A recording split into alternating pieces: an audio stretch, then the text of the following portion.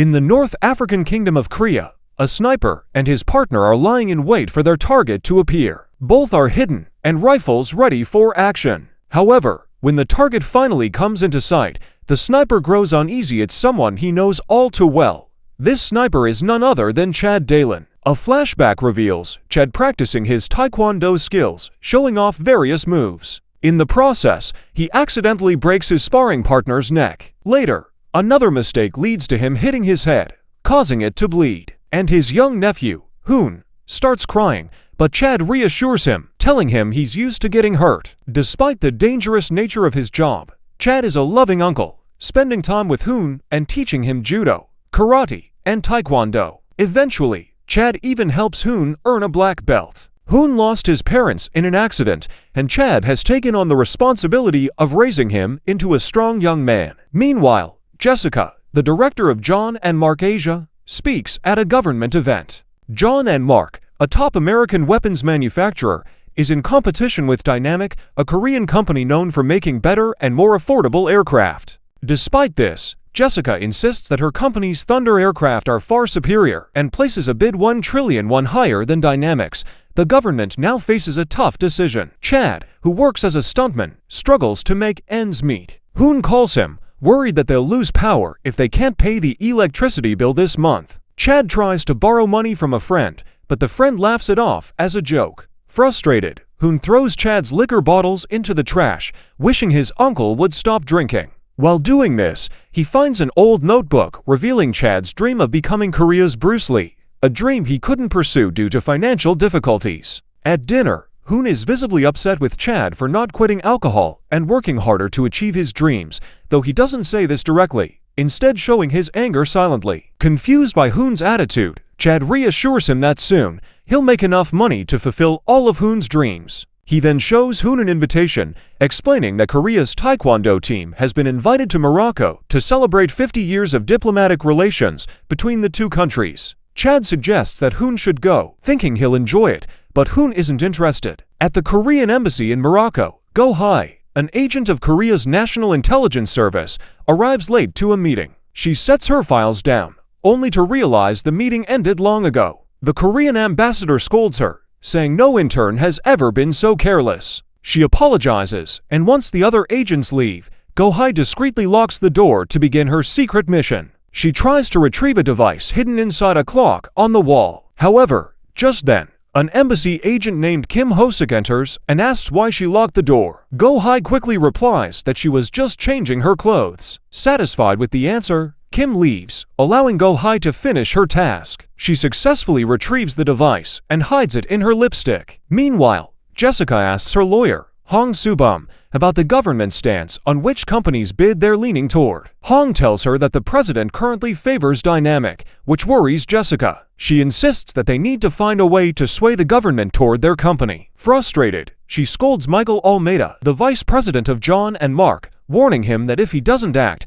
they could both be in serious trouble. Michael reassures her that he's doing everything he can. A week passes, and Hoon is preparing for his Taekwondo team's trip to Morocco. He's still upset with Chad, who finally demands to know why. Hoon responds that it's something Chad wouldn't understand. Chad had made him fried eggs, trying to coax him into eating, but Hoon refuses and walks away. Meanwhile, in Portugal, something strange is happening. Michael is on the run, being chased by gangsters, and he desperately trying to escape. He tries to call the airport to warn them that the Boeing B-357 flight scheduled to fly from Korea to Morocco tonight is going to crash, and they need to cancel it. However, his phone gets hacked before he can finish the message. Meanwhile, Hoon is at the airport, waiting for his flight. He sends Dulgun a voice message, letting him know he's about to board. Other families are also saying their goodbyes. Among them is Park Kwang-deok, who's overjoyed when his wife tells him she's pregnant, celebrating the news with excitement. The Taekwondo team's coach receives well wishes from his sister, Cha-young,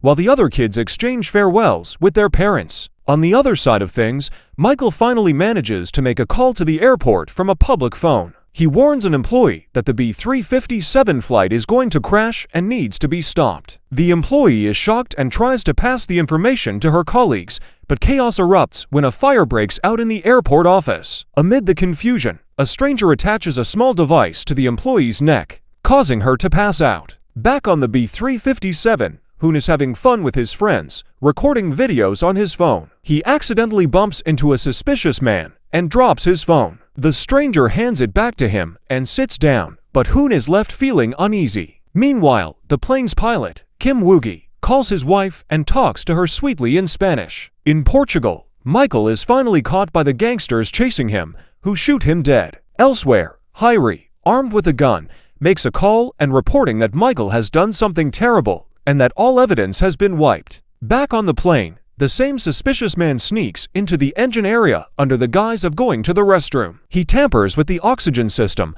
causing the cabin's air to thin out, forcing passengers to put on their oxygen masks. Shortly after, the engine explodes and the plane begins to plummet. Hoon, typing a final message to Doll Gun on his phone, loses consciousness just like the other passengers. The plane crashes into the Moroccan seas, killing everyone on board. The next day, the news spreads across the country. Doll Gun, while eating, hears on TV that Dynamic Company's B-357 has crashed, killing all members of the Taekwondo team and other passengers. Stricken with grief and disbelief, Doll Gun struggles to eat, shocked by the news. South Korea's president, Young Kuk-po, expresses his sorrow over the tragedy and apologizes to the nation. Doll Gun receives footage from before the crash, showing Hoon on the plane. Devastated, he breaks down in tears. In the video, he also spots the same suspicious man who bumped into Hoon. Overwhelmed, Doll Gun shuts his laptop, unable to continue watching. Since the plane belonged to Dynamic Company, its officials publicly apologize for the failure of their aircraft. During a press conference, the grieving families of the victims confront Dynamic's officials, unleashing their anger. Watching this unfold, Jessica is satisfied and leaves with a sinister smile. The families of the victims are sent to Morocco by the government to attend the funerals of their loved ones. The Korean embassy in Morocco hosts them, with Go Hyrie and Kim Hosk acting as their guides. While at the airport, Doll Gun spots the same suspicious man from the video, the one who bumped into Hoon. Shocked to see him alive, Doll Gun chases after him, but the man quickly escapes in a car. Doll Gun follows him in a taxi and eventually confronts the man, demanding to know who he is and how he survived the crash. In response, the man pulls out a gun and shoots at Doll Gun. Doll Gun dodges the shots, and a fierce fight breaks out between them. During the struggle, Doll Gun notices a strange symbol on the man's chest. Despite getting injured, Doll Gun refuses to give up. The man manages to get away, but Doll Gun uses his Taekwondo and Judo skills to climb onto the roof, where he tracks down the man again. The suspect tries to steal a car, but Doll Gun jumps from the roof onto the vehicle, leading to another brutal confrontation. In the end, the man throws Doll Gun off and makes his escape. The bereaved families are gathered in a hall when Edward Park, the CEO of Dynamic Company Asia, arrives to speak with them. As soon as he enters, the families erupt in anger and rush toward him. Park Kwang, a karate expert, nearly throws a chair at Edward Park, but stops himself when he realizes that Edward Park isn't resisting and is openly acknowledging his company's failures. Edward Park explains that, just like their loved ones perished in the crash, his own family was also lost in a similar tragedy years ago. He informs them that Dynamic's headquarters has agreed to offer compensation for their losses, but he urges them to seek justice in court. Park stresses that no amount of money can replace their loved ones' lives. At that moment, an injured Doll Gun enters the hall and reveals a crucial piece of information. The plane crash wasn't caused by a technical failure, but by a terrorist attack. This shocks and alarms everyone present.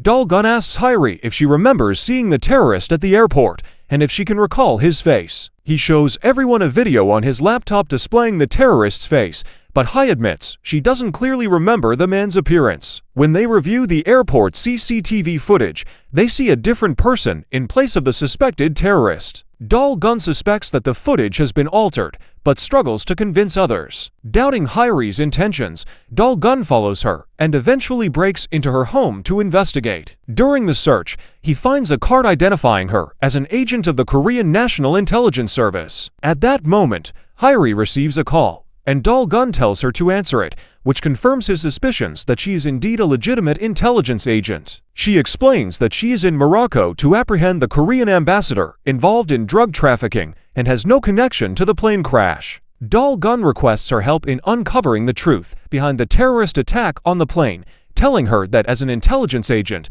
it's her duty to expose the corrupt officials responsible for the attack. Moved by his determination to seek justice for his nephew, Hyri agrees to help. Dal-gun shows her Hoon's final video, which she examines carefully. She also sends a copy of the video to her colleague Gong-hook, asking her to start an investigation. Meanwhile, at the Blue House, President Young Kukbo, Prime Minister Hong Yo, Senior Secretary Yun Hani, and Defense Minister Park Man-young are discussing whether Dynamic or John and Mark should be awarded the defense contract. The president suggests that due to the public's loss of trust in Dynamic after the plane crash, John and Mark should be chosen. However, Defense Minister Park Man-young argues that selecting John and Mark would impose a heavy financial burden on the national treasury due to their higher costs. He believes that plane accidents are common, and that Dynamic should still be considered. This leads to a heated debate between Yun Hani, who supports John and Mark, and Park Man-young.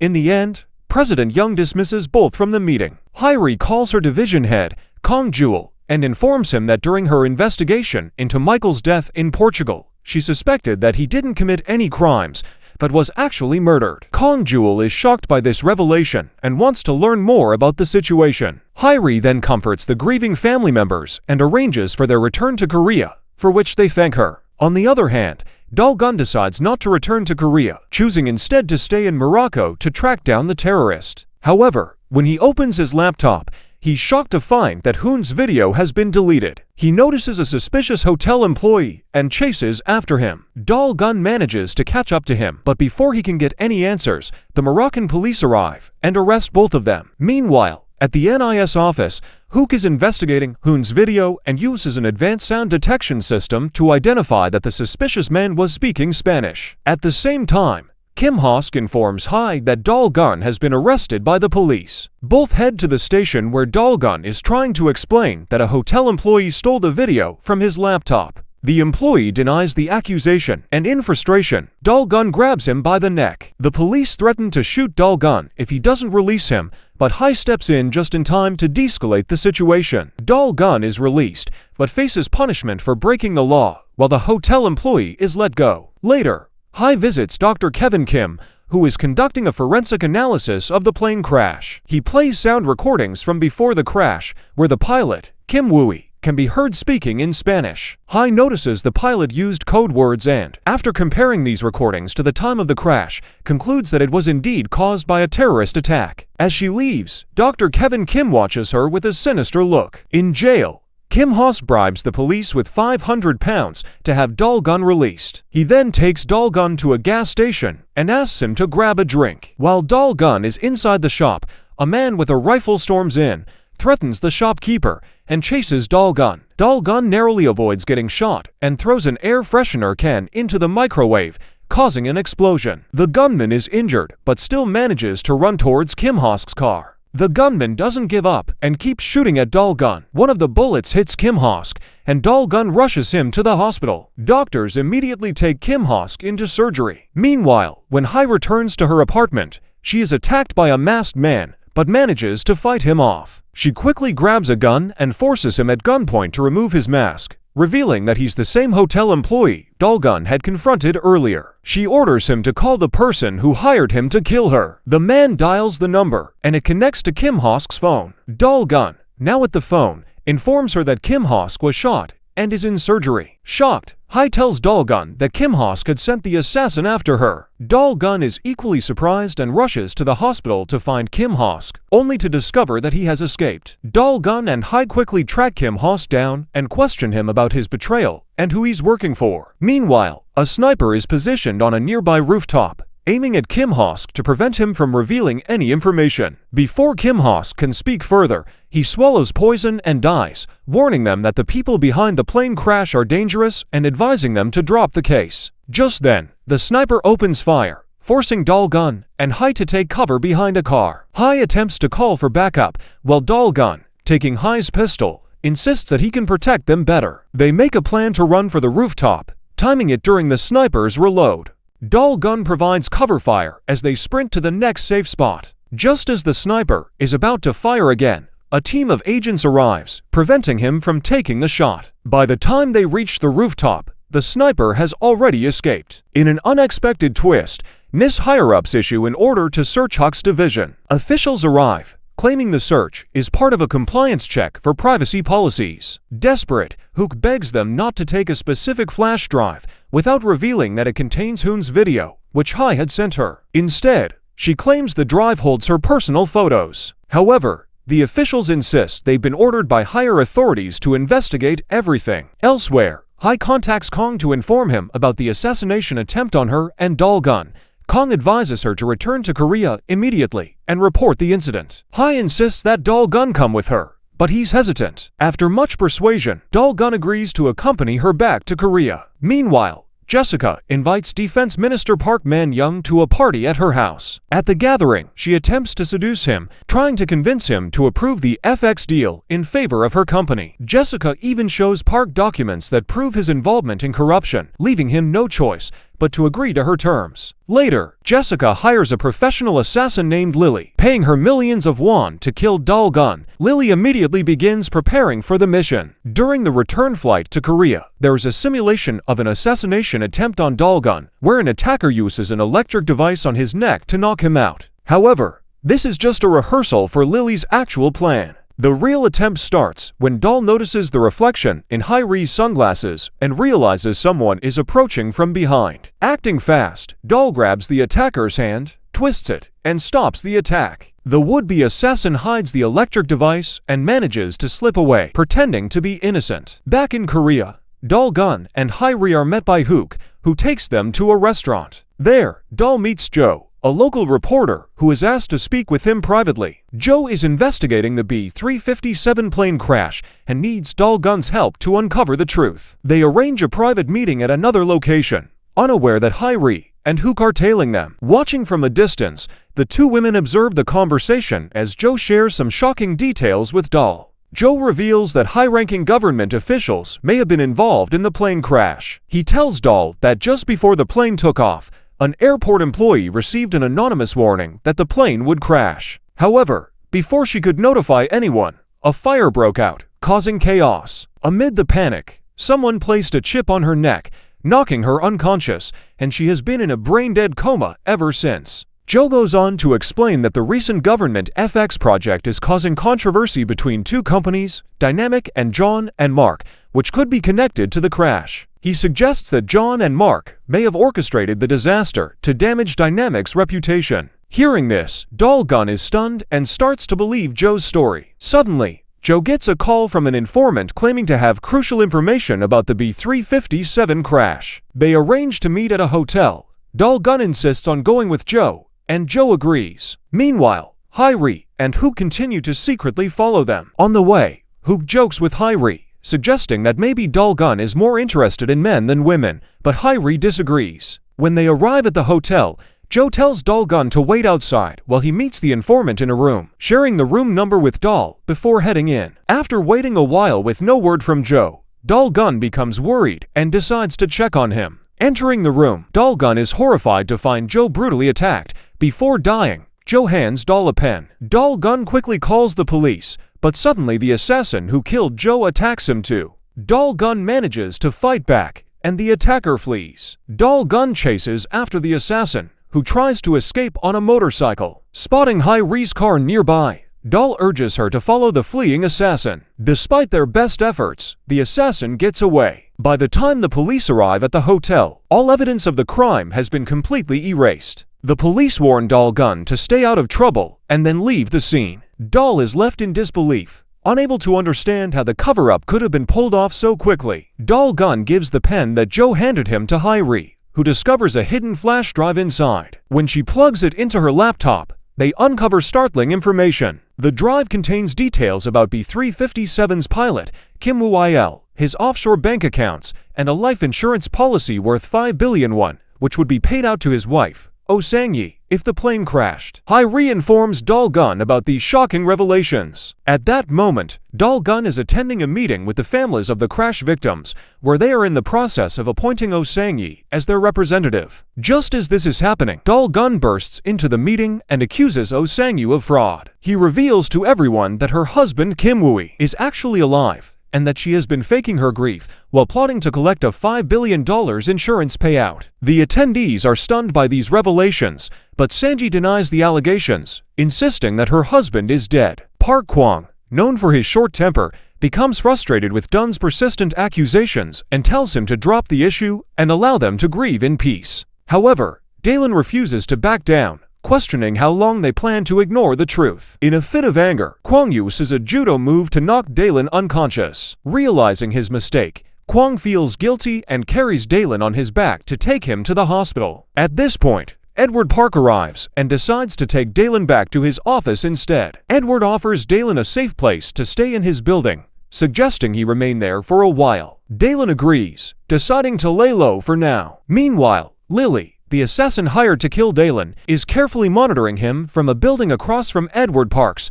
She is meticulously planning her next move. The next day, Kwang calls Dalen to apologize for his actions the previous day. Dalen forgives him, and Kwang suggests they meet at a restaurant. Initially hesitant, Dalen eventually agrees. As Kwang arrives to pick up Dalen, Lily, who has been observing them, orders her partner to hack into Kwang's car, disabling the brakes. The car begins to speed uncontrollably and eventually crashes. Despite the severity of the situation, Dalen manages to save both himself and Kwang. Lily, realizing her plan has failed, retreats. Shaken by the experience, Kwang admits to Dalen that he now believes him and acknowledges that someone is indeed trying to silence them. After their near-death experience, Dalen and Kwang attend a nearby event where Jessica is showcasing her philanthropy by raising funds for cancer patients. At the event, Dalen finally confronts Jessica face-to-face. He takes her aside and warns her that he will bring her and her company, John and Mark, to justice. Jessica tries to bribe Dalen, but he refuses, asking her if she can bring back his nephew, Han. Dalen then addresses the reporters at the event, boldly declaring that the mastermind behind the plane crash is the JN and Mark company. His statement causes a media frenzy, and when Jessica arrives, the reporters bombard her with questions, asking if Dalen's claims are true. Jessica dismisses the allegations, insisting they are completely false and unsupported by any evidence. Meanwhile, High's division chief Minai reprimands her for providing Dalen with so much information. High defends her actions, arguing that it is their duty to apprehend the criminals responsible for the plane crash. Min, however, orders High to close the case immediately, threatening to transfer her to a remote location if she disobeys. On another front, Kong is closely examining photos from Michael's self-harm incident. He notices that the picture shows Michael using his right hand to commit the act, even though Michael was left-handed. This observation confirms Kang's suspicion that Michael was murdered and that his death was staged. Later that night, Hai sneaks into the NIS office, hoping to retrieve the flash drive that was taken from Hook, which contains the video of Han. After an exhaustive search, she discovers that the file has been deleted from the system. She informs Dalen, who is furious upon hearing the news. The next day, President Young Kukpo invites the bereaved families of the plane crash victims to the Blue House. Hai sees this on the news and immediately calls Dalen to inform him. Dalen is surprised, as no one had informed him about the event. As he prepares to leave, Lily rings his doorbell, believing it's a delivery. Dalen opens the door, but Lily sprays him with a sedative, knocking him unconscious, and takes him away in a fake ambulance. Inside the ambulance, Lily's partner is about to inject Dalen with a lethal dose of potassium cyanide. When Hyrie arrives just in time to save him, Dalen regains consciousness, fights back, and overturns the ambulance. Hyrie quickly puts Dalen in her car and speeds toward the Blue House. On the way, she shares a voice recording with Dalen. It's a conversation she secretly recorded between K. Taiwang, her division's captain, and herself. In the recording, Taiwang reveals that someone within the upper ranks of the NIS deleted Han's video. Hyrie urges Dalen to play the recording at the Blue House to expose the truth. Dalen, concerned about Hyrie's job, warns that playing the recording could cost her job. Hyrie responds that she values honesty more than her job. Determined to reveal the truth, they arrive at the Blue House, but the guards refuse to let Dalen in, saying his name isn't on the guest list. Frustrated, Dalen realizes someone is deliberately keeping him out. Undeterred, he manages to sneak into the Blue House by blending in with a regular family and entering through the back. Once inside, Dalen uses the excuse of going to the bathroom to slip away and head toward the conference room where the president is meeting with the bereaved families. As he makes his way there, the guards try to stop him, but Dalen uses his ninja skills to fend them off. Eventually, he's overwhelmed by the large number of guards and is captured. The commotion catches the attention of Prime Minister Hong Soon,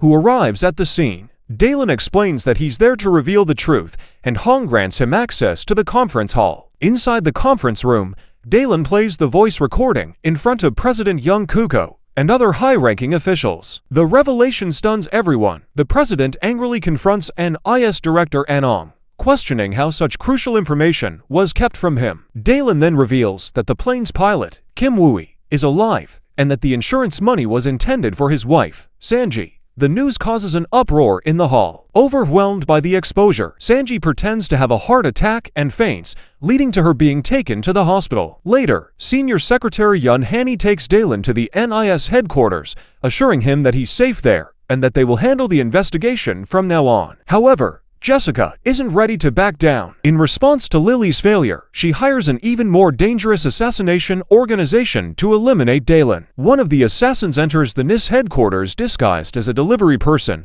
bringing food laced with a sedative that causes all the agents who eat it to fall unconscious. Hyri, who isn't particularly hungry, only eats a small amount but still passes out. The assassin then silently enters Dalen's room with a gun, expecting to find him vulnerable, but is surprised to discover that Dalen isn't there. Suddenly, Dalen ambushes the assassin, leading to a fierce and intense fight between the two. Both men land heavy blows on each other, but in the end, the assassin gains the upper hand and is about to shoot Dalen when Hyri, having regained consciousness, arrives just in time. She shoots the attacker, killing him and saving Dalen's life. After defeating the assassin, Dalen and Hyri check the killer's phone and are shocked to find a recent call from Min, asking if Dalen has been killed. Realizing that Min is behind the assassination attempt and is a mole within the NIS, they are stunned. Hyri quickly informs Kong about the situation and secretly deletes all CCTV footage of the incident, making it appear that Dalen has been killed. Meanwhile, Min visits Sanji in the hospital, coaching her on what to say during the investigation to avoid arrest. When Kong begins questioning Sanji, she repeats the answers Min provided, successfully avoiding suspicion. However, Kong secretly instructs Wok to plant a tracker in Sanji's phone. After Sanji is released, Captain Taiwang and his team follow her secretly as she visits a local church. There, she retrieves an old phone hidden behind a wall picture and contacts her husband, Kim Woo-hee, who is staying in a run-down house in Morocco. Sanji reassures Kim that their plan will soon succeed, which lifts his spirits. However, Taiwang and his team soon catch up with her and arrest her, recording everything she says. Just as they are about to take her back for further questioning, a truck suddenly crashes into their vehicle, injuring them. The attackers are members of the secret organization hired by Min and Jessica, who kidnap Sanji. Kong arrives at the scene and sends Taiwang and his team to the hospital for treatment. Meanwhile, Kim Do-soo, the brother of the assassin who attacked Dalen, calls his brother's phone, only for Dalen to answer. Dalen taunts him, saying he sent his brother to hell. Kim Do-soo, enraged, vows revenge. Hyri receives orders from Kong to arrest Minjik. She tracks him down to a local bar, where he's drinking with Director An. When Hyri attempts to arrest Minjik, he manages to escape. Later, Jessica sees an opportunity and offers Minjik protection, inviting him to join her. The next day, the families of the crash victims plead with the media for justice. Edward Park is also present and instructs his assistant, Mickey, to send photos of Jessica's secret meetings with government officials to the NIS. Meanwhile, as Dalen is riding in a car with Kwang, he suddenly spots Joe, the reporter who was supposedly killed earlier. Stunned and confused, Dalen chases after him, but is distracted by Edward Park on the other side. Kim Do-soo tortures Sanji, demanding to know her husband's location, but she refuses to give in. Jessica arrives and offers Sanji a deal if she reveals her husband's location and holds a press conference blaming the plane crash on him and Dynamic Company. She will be spared. Realizing she has no other choice, Sanji reluctantly agrees to Jessica's demands. On the other hand, Hyri receives the photos Edward Park sent and hands them over to Kong, saying they came from an unknown source. Kong then approaches Director An, stating that if they want to uncover the truth behind the plane crash, he should be in charge of the operation. Director An agrees and gives Kong full authority over the operation. Kong tracks down the location of Sanji's husband, Kim Woo-hee, through a call she made from her phone. It turns out he's hiding in a poor neighborhood in Morocco, but they can't pinpoint his exact location. The NIS team, led by Taiwan, immediately flies to Morocco, with Dalen secretly sneaking onto the plane. Hyri is surprised to see him, but agrees not to tell anyone. Dalen tells her he doesn't trust the NIS, so he wants to help find Kim Wooey himself. Meanwhile, Kim Wooey destroys his phone, making it even harder to track him. Taiwan's team uses drones to search for him, but after several days, they still can't find him. Jessica bribes Moroccan police officers,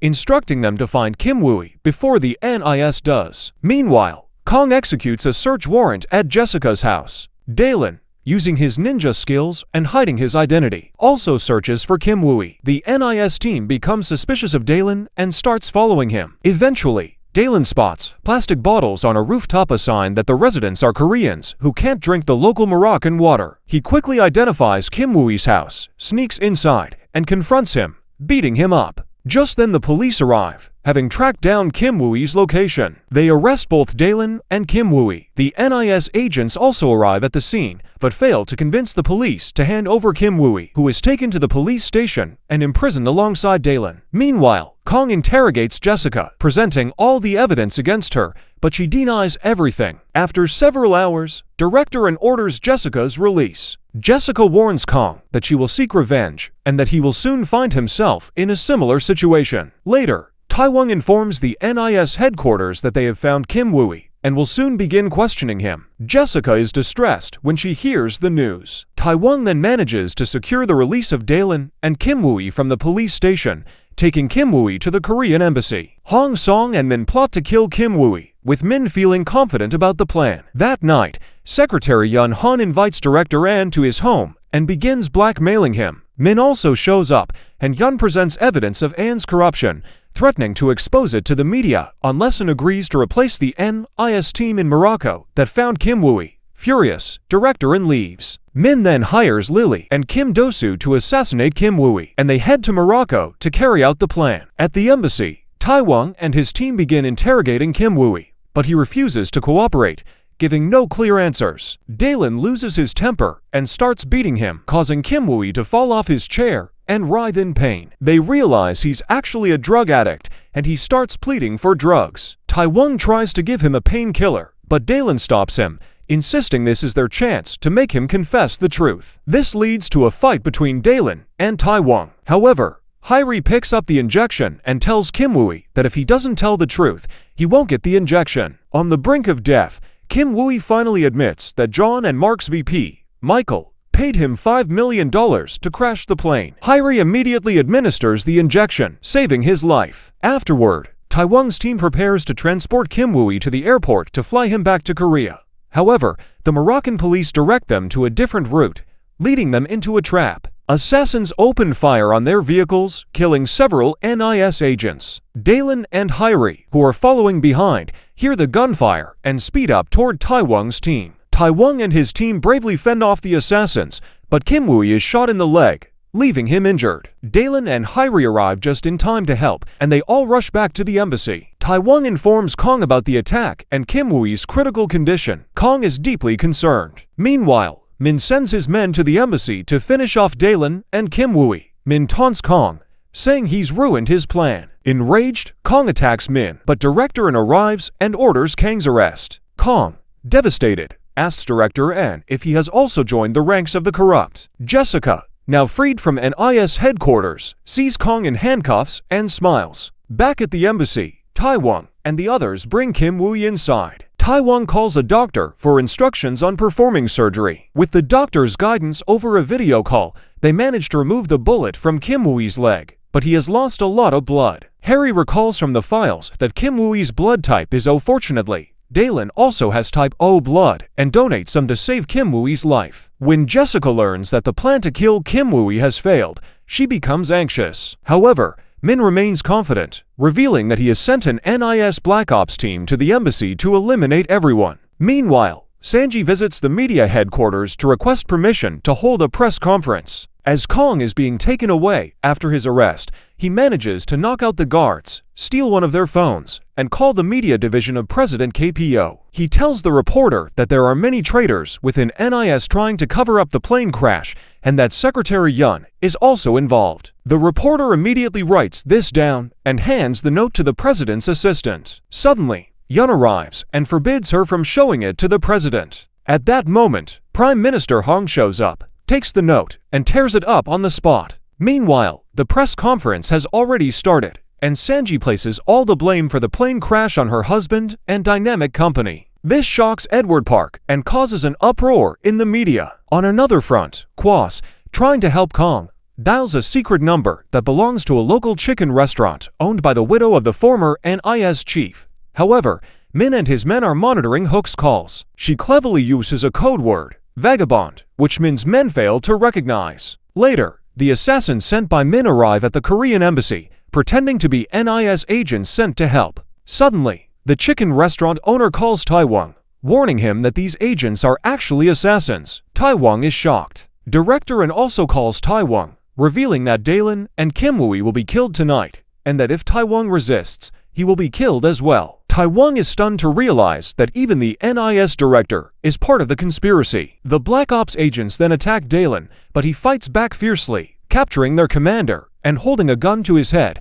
Hyri also takes Kim Woo with her. The Black Ops agents aim their guns at Dalen and Hyri, but at that moment, Taiwang cuts off the power, allowing Dalen and Hyri to escape. As they flee, Taiwang, appearing to aim his gun at them, actually shoots at the Black Ops agents behind them. He urges them to take Kim Woo to a safe zone. They barely make it to the safe zone, but the Black Ops team doesn't give up and blasts their way in with a bomb. A fierce gunfight ensues until Dalen and the others run out of bullets. They still have an underground secret bomb, but it needs more time to activate. The commander, seeing they're out of bullets, smugly approaches while whistling. However, Dalen stops him, warning that there's a time bomb under the room and only he can deactivate it. The commander hesitates, but then orders his unit to open fire. Just then, the bomb explodes. Dalen narrowly escapes using his ninja skills, while all the Black Ops soldiers are killed. Taiwang then tells Hyri and Dalen to take Kim Woo and leave, saying he'll deal with the traitors at headquarters. Before they part ways, he gives Hyri a code word and tells her to call a specific number for help. Taiwang contacts headquarters and informs them that Hyri and Dalen have escaped with Kim Woo and that the soldiers they sent have been killed. Min and Director are shocked that their plan has failed and immediately instruct Taiwang to return to Korea. Meanwhile, Dalen, Hyri, and Kim Woo manage to escape the embassy through an underground tunnel and meet Mickey, Edward Park's assistant, who takes them to a safe zone. Elsewhere, Min gives an agent a bottle of poison and instructs him to mix it into Kang's food. When Kong eats, he collapses and is rushed to the hospital, where he unfortunately dies. This news spreads rapidly across all NIS divisions, causing widespread shock and sorrow. Back with Mickey, as she is taking Dalen and the others, the police stop them. Mickey shows them a symbol on her arm, which convinces the police to let them go. In a separate incident, the head of the Moroccan police is shot and killed for failing to do his job. Now, Dalen and Hyri are on a container ship at sea with Kim Woo. Hyri calls the number Taiwang gave her and uses the code word vagabond,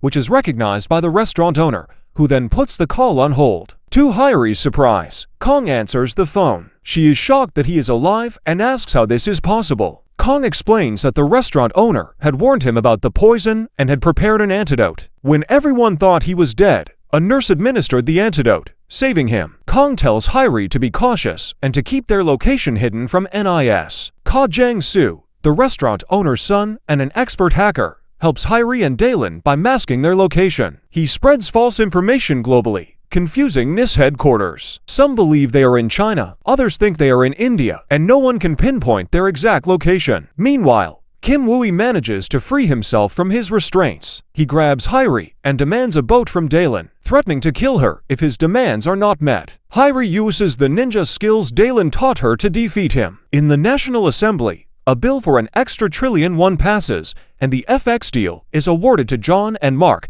Blue House officials celebrate the victory. Yunin K invites Jessica to a restaurant, congratulates her, and instructs her to transfer a $500 million commission to the president's offshore account. In Deep Blue, Dalen asks Kim Woo if he has any evidence against Michael regarding the plane crash. Kim Woo reveals that Michael had a girlfriend who was the mastermind behind the plot, and that she was the one who introduced him to Michael. Hyri and Dalen then devise a plan to trap the headquarters staff. Hyri calls headquarters, claiming she is surrendering, and tells them that Dalen is taking Kim Woo to India. Min believes her and begins preparations to go to India. However, he notices that the time on Hyri's watch matches South Korea's time zone, not India's. Realizing the deception, Min then sends his men to South Korea's port. Hyri uses the code word to inform Kong and Taewong of the container number and arrival time. Taewong arrives at the port with Kim soon, and just as they are about to leave with the container truck, Min's men open massive fire inside the container. Hyri spots a car and suggests someone should go get it. Taewong offers to do it, but Dalen insists he's faster and takes on the task. Suddenly, a sniper from a distance starts targeting Min's men, killing many of them. The sniper is none other than Kong, who is targeting Min's forces from a rooftop. Dalen seizes the opportunity to get into the car, quickly gathers Hyri and the others, and drives them to safety. Meanwhile, Jessica is having dinner with President Kukyo and impresses him with her outfit. She accidentally mentions an all-drilling project in Kira, which surprises the president since he's curious about how she knows about it. Jessica tries to brush it off, saying she heard it from a Saudi prince. After dinner, while Yoon-K is questioning Jessica about the Kira project, he gets an urgent call from Min. Min tells him that Dalen and his team have escaped and are heading to court with Kim Woo-ki. If they're not stopped, everything will be ruined. Shocked by this news, Yoon heads straight to President Kukyo to explain the situation. To his surprise, President Kukyo is completely unaware of the situation and is furious, especially since Yoon has been hiding the truth about the plane crash from him. Kukyo calls Yoon a traitor, but Yoon argues that if the president doesn't act, the public will find out about the $500 million commission sent to his offshore account. Kukyo immediately contacts the police commissioner and puts all city police forces on high alert to track down Dalen. The city is now on high alert with numerous roadblocks set up. Meanwhile, at the court, the hearing is in progress with Sanji giving her testimony. When the judge asks Edward Park for his witness, he claims Kim Woo will soon arrive to reveal everything. The police are chasing Dalen's car, and Kai Jang-soo hacks into the city's CCTV cameras to stream live footage on social media. This causes public concern as to why the police are blocking access to the court. Back at the High Court, the hearing is about to resume, but Kim Woo still hasn't arrived. Edward Park requests a brief extension from Judge An-sung, who agrees to give an additional 30 minutes. However, Yoon tries to bribe the Chief Justice to end the session immediately. The Chief Justice sends a message to Judge An-sung to terminate the session,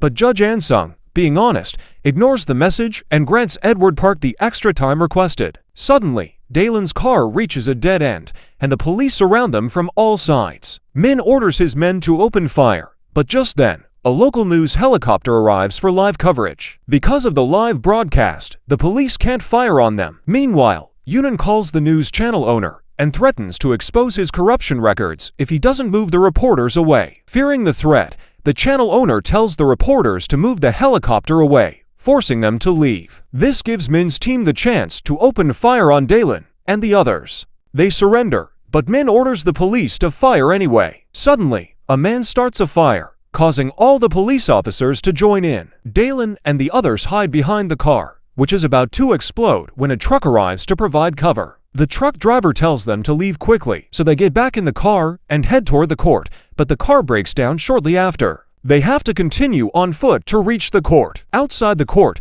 a heavy police presence blocks their way, but grieving family members, realizing something is wrong, attack the police to clear the path for Dalen. Taewong and Soon also fight to distract the police. Seeing this, Dalen is both amazed and relieved that people are risking their lives to help him, but his troubles aren't over yet. On the court's rooftop, Lily is waiting with a sniper rifle as Dalen and Hyri bring Kim Woo into the court. Lily fires but misses Kim Woo, hitting Hyri instead. Others come to defend them, and Lily struggles to aim, allowing Dalen and Hyri to successfully get Kim Woo into the courtroom. Defeated, Lily tells her partner to go back, but just then, a shot is fired, killing Lily's partner. Lily hides and calls Jessica, saying she's been attacked by an unknown sniper. The hearing resumes, and questioning of Kim Woo begins. He reveals that John and Mark, along with the Asia company's vice president Michael, paid him $5 million for the plane crash. When asked for evidence, he says he secretly recorded a video while receiving the money from Michael and that the video was stored privately on his website.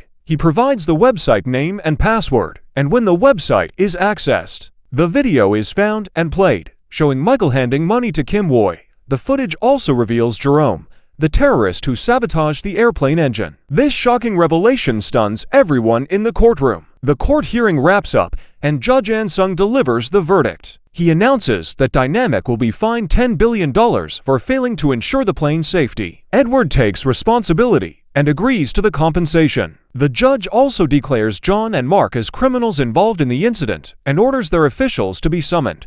This news brings relief and joy to everyone. After the verdict, Min tries to flee with his men. He calls Yunin for help, but Yunin refuses, saying it's too late and that Min has failed his mission. Kong then captures Min and gives him a severe beating. Meanwhile, Harry's condition worsens as she notices blood on her hand, shocking everyone. Hei had forgotten about her injury, which she got when Kim Woy was being taken to court. Dalen quickly puts her on his back and calls for an ambulance. Outside the court, reporters swarm Dalen with questions, but he tells them to leave, expressing his frustration that they weren't there when needed. He puts Hyrie into the ambulance and leaves a message for the president, stating that while he doesn't know if the president is involved in the crime, staying silent about it is also a crime. The president is stunned and distressed by this message. That night, he reflects deeply, and the next day, at a press conference, he places all the blame for the crime on NIS Director An and Senior Secretary Yunin. Director An is arrested,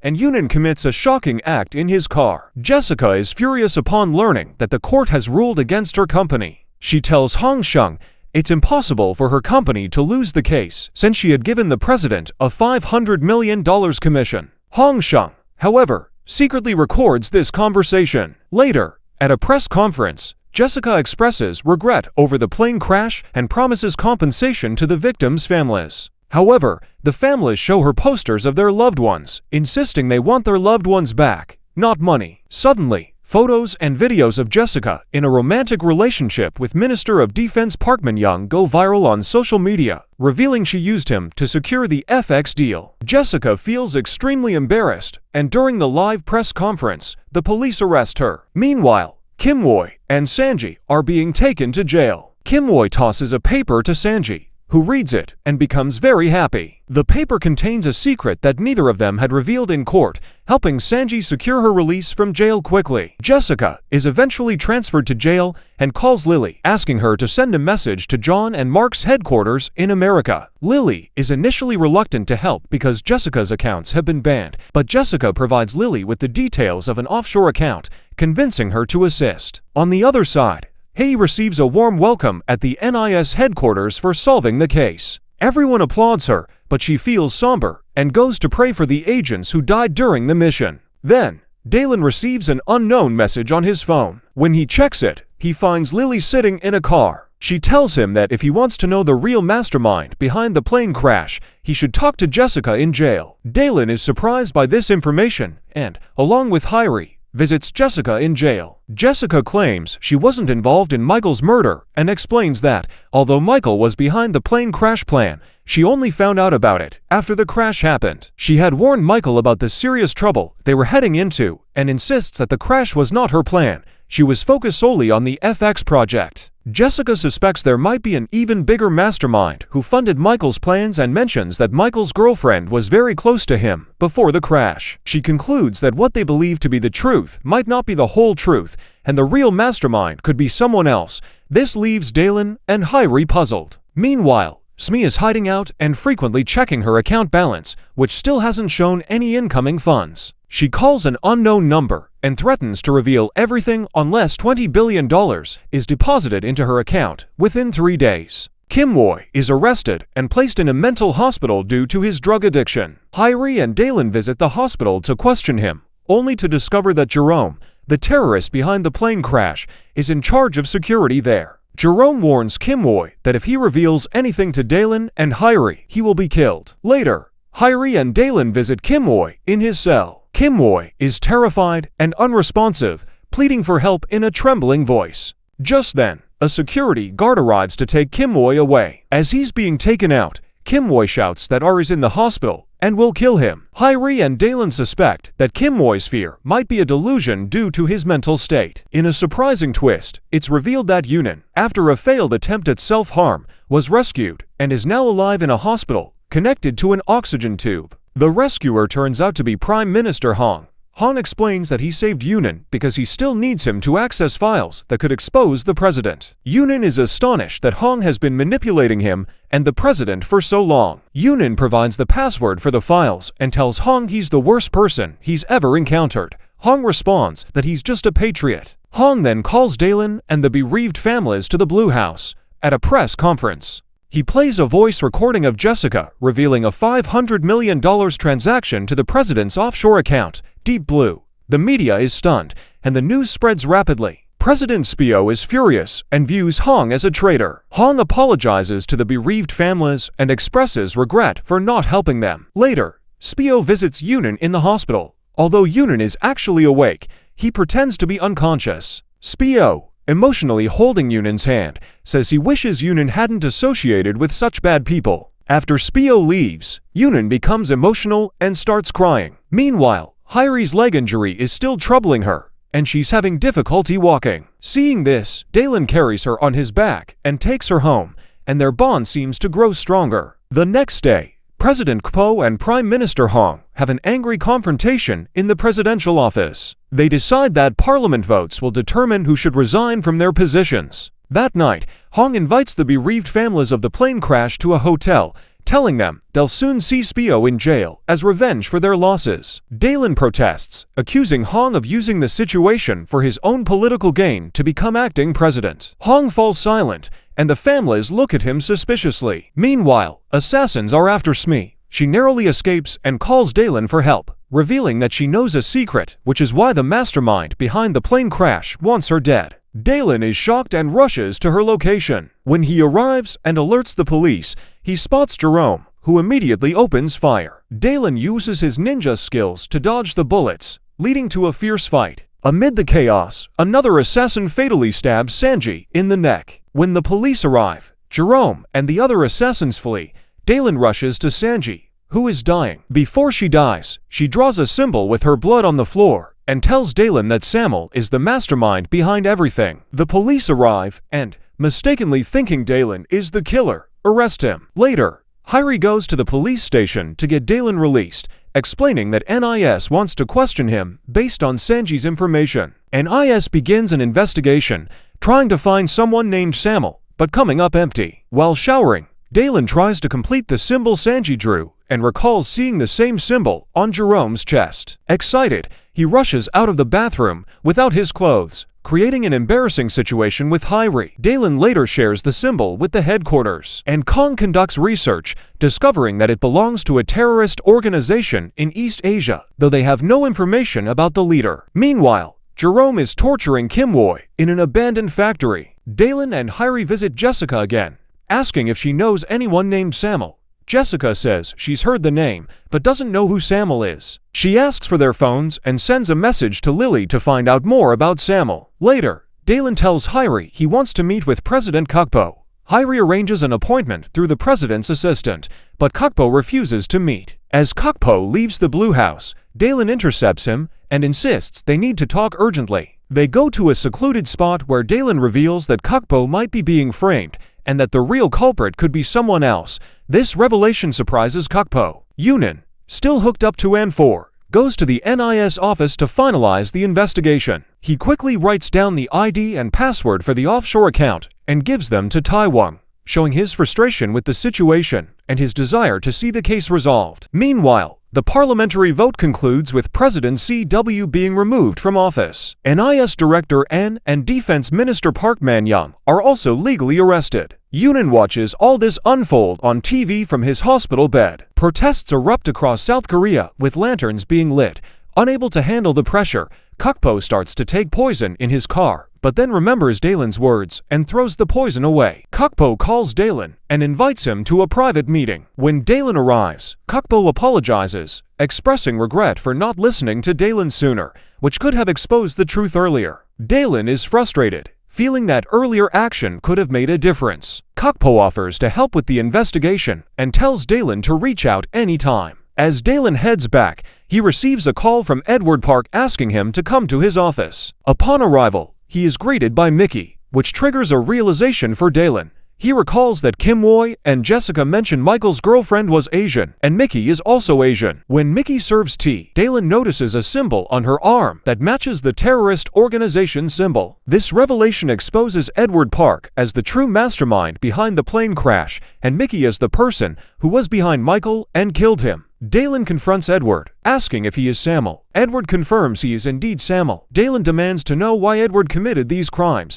becoming emotional and questioning how anyone could be so ruthless as to kill hundreds of people. Edward responds that he did it for Korea's greater good, asserting that nothing significant is achieved without sacrifice. He suggests Dalen should be proud to have contributed to a larger cause. Edward pulls out a gun, but Dalen manages to grab it and shoots Edward in the arm. At that moment, Mickey arrives with reinforcements. Dalen holds a gun to Edward's head, threatening to kill him if anyone makes any further moves. The situation takes a dramatic turn when Edward shows a live broadcast revealing that if he is not freed, he will kill Hyrie and the bereaved families. Faced with this threat, Dalen has no choice but to surrender. Edward then knocks Dalen unconscious and imprisons him in the same abandoned factory where Kim Woo is being held. Edward orders his men to spread gasoline throughout the factory and sets it ablaze before escaping. The next day, Hyrie searches for Dalen, eventually reaching his home but finding no trace of him. She receives a call from headquarters and goes there, where Taewong informs her of a fire at the abandoned factory, which supposedly killed Dalen and Kim Woo. Hyrie, devastated, can't believe the news. She clutches the bullet necklace she had given Dalen, mourning deeply. However, the truth is that Dalen survived the fire thanks to Lily and Kim Do-soo. Lily saw Dalen inside the factory and broke through the gate to rescue him, successfully saving him from the blaze. Dalen couldn't save Kim Woo. Edward Park summons Prime Minister Hong, who has become the acting president. Hong is informed by Mickey that Edward Park is Samuel. Shocked and distressed, Hong bows respectfully before Edward. Edward demands that Hong appoint only secretaries and ministers of his choosing. Hong doubts his popularity and whether he can become the president-elect, feeling he might lack enough public support. Edward reassures him that successfully completing the all-drilling project in Korea will significantly boost his public approval. However, Edward warns that if Hong fails to deliver, he will be replaced by someone else as president. With tears in her eyes, Hyrie tells Kong and Tung that she will seek revenge on Dalen's behalf no matter what.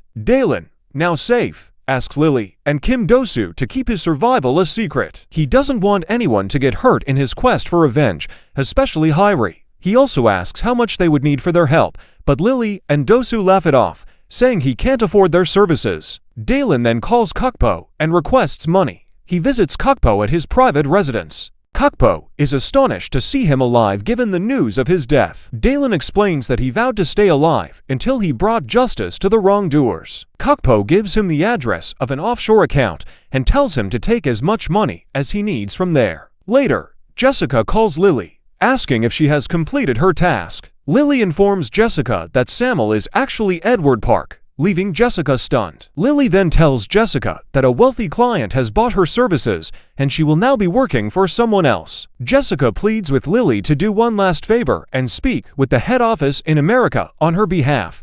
Lily agrees to this. Jessica is being escorted back to her cell when she spots Jerome and becomes frightened. That night, Hyrie shares her plan with Taewong and Keishi intends to become a prisoner to gain access to Jessica and obtain information about Samuel, as Jerome will not allow her to meet Jessica otherwise. The next day, Hyrie fabricates a money laundering case against herself and is sent to jail. There, she pretends to have a confrontation with Jessica, during which Jessica reveals that Samuel is actually Edward Park. Hyrie is shocked by this revelation. In jail, Edward Park has full control, managing everything from the inside to win his trust. Hyrie and Jessica often fight, with Hyrie loudly accusing Jessica of being Dalen's killer, which makes Edward Park suspicious. The next day, Edward visits Hyrie to ask why she's in jail. Hyrie, hiding her anger, tells him she's there to seek revenge on Jessica. She claims that the information Sanji gave to the NIS was false, and that Jessica's crimes were discovered by Dalen. which led to his death. Edward tells her that staying in jail won't allow her to prove Jessica's crimes, so he offers to help her get bail. Meanwhile, Jessica also tries to gain Edward's trust. She tells him she has no personal grudge against him, only against the people at John and Mark's headquarters who abandoned her during a difficult time. She says that if given the chance to go to America, she would take revenge on them all. Edward asks if she's asking for his help, to which Jessica, crying, replies that she'd rather die than accept help from someone like him. Eventually, Hyrie and Jessica's plan succeeds, and Edward Park, believing their story, releases them from jail. Jessica and Hyrie leave together in the same car. Jessica tells Hyrie that she's heading to the Kingdom of Kira to secure deals that will strengthen her position in the company. She mentions that Hyrie could also take revenge on Edward Park there. Hearing this, Hyrie agrees to go with Jessica to Kira. Meanwhile, Dalen, now working with Lily, has joined a U.S. Army Black Ops unit. They carry out an attack on a weapons facility. After the successful operation, Dalen notices that the team captain is stealing a biohazardous tube from the site. When Dalen asks about the tube, the captain insists they should focus on the mission and not ask questions. Lily advises Dalen to avoid any reckless actions, but he ends the call and kills all the fellow soldiers. Jerome finally arrives at the scene. When he tries to remove the tubes, Dalen uses a remote-controlled bomb to destroy one, causing its contents to spill on Jerome. Jerome starts to tremble with pain as blisters form on his face. Dalen places the antidote in front of Jerome, saying it will only be given once Jerome answers his questions. Jerome reveals that the tube was intended for a biochemical terror attacking Kira, and that he works for Access, a global financing company. In response, Dalen throws the antidote away. As Jerome tries to retrieve it, Dalen crushes it underfoot and tells Jerome to remember his nephew, Chan, when he's in hell. Finally, Dalen throws a grenade as he leaves, destroying the entire building. Edward Park, Yunin, Min, and Mickey head to Kira to seize control of the all-drilling project. Meanwhile, Hyrie arrives in Kira, preparing to meet with the prince. Dalen is also in Kira, waiting for his target as part of a U.S. operation, unaware that his next target is Hyrie. Suddenly, Dalen's sniper partner fires at Hyrie's car, causing it to stop. As Hyrie exits her car, Dalen is both surprised and distressed. His partner is about to shoot Hyrie, but Dalen intervenes by killing his partner to save her. Hyrie quickly escapes from the scene. The remaining part of the story will be revealed in the next sequel. Thanks for watching. Press the subscribe button to watch more cool videos.